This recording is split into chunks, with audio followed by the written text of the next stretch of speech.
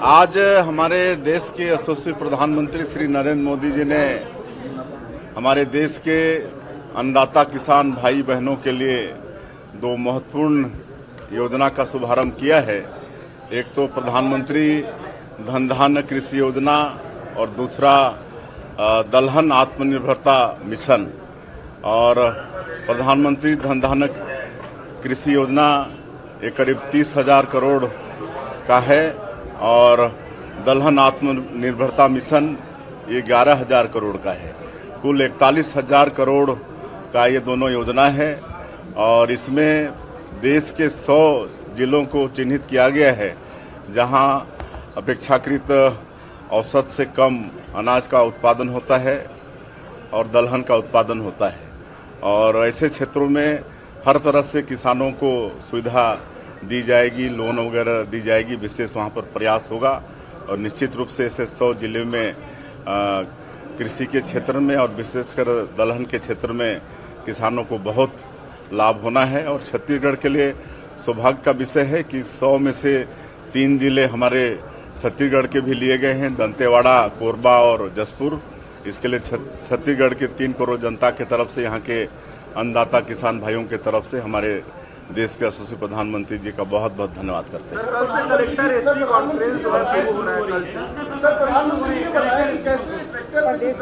जी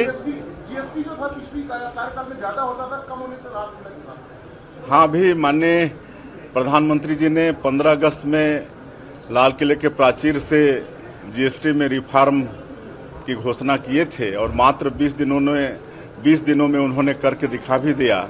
और ऐतिहासिक जीएसटी में रिफॉर्म हुआ है और जो 4 स्लैब थे जीएसटी के उसको घटाकर 2 स्लैब कर दिया गया है, 18% और 5%।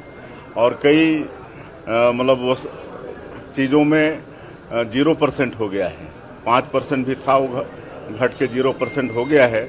और इससे निश्चित रूप से खाद्यान्न पदार्थों के कीमत में भी कमी आई है और विशेषकर किसानों के कृषि संयंत्र, उपकरण और दवाई वगैरह के कीमत में भी भारी गिरावट आई है। और हम फीडबैक लेने गए भी थे कई जगह। एक दिन हम ट्रैक्टर शोरूम में गए थे तो ट्रैक्टर में अलग अलग कंपनी, अलग अलग HP उसका जो पावर होता है तो 40-45 हज़ार से लेकर 1 लाख तक कमी आई है कीमत में। हार्वेस्टर में 2-2 लाख तक कीमत में कमी आई है। हम एक दिन मॉल में भी चले गए तो वहाँ कई गृहिणियों से भी मुलाकात हुई, बहुत खुश थी और एक एक चीज़ दिखा के बता रही थी कि इसमें 20 रुपया कम हुआ है, इसमें 10 रुपया कम हुआ है। तो ऐतिहासिक निर्णय माननीय प्रधानमंत्री जी ने जीएसटी में रिफॉर्म लाके किया है।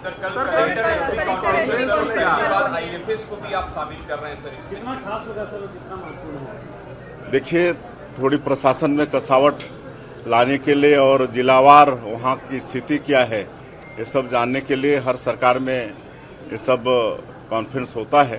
तो पहले भी कॉन्फ्रेंस हुआ है, कलेक्टर SP कॉन्फ्रेंस किए हैं। तो कल से फिर कलेक्टर, SP और DFOज लगातार 2 दिन कॉन्फ्रेंस है और इसमें पूरे प्रदेश में जिलावार क्या स्थिति चल रही इसका जानकारी मिलेगा। अगर आप ये वीडियो YouTube पर देख रहे हैं तो हमारे चैनल को सब्सक्राइब कर बेल आइकन दबाएं और Facebook पर देख रहे हैं तो हमारे पेज को लाइक करें।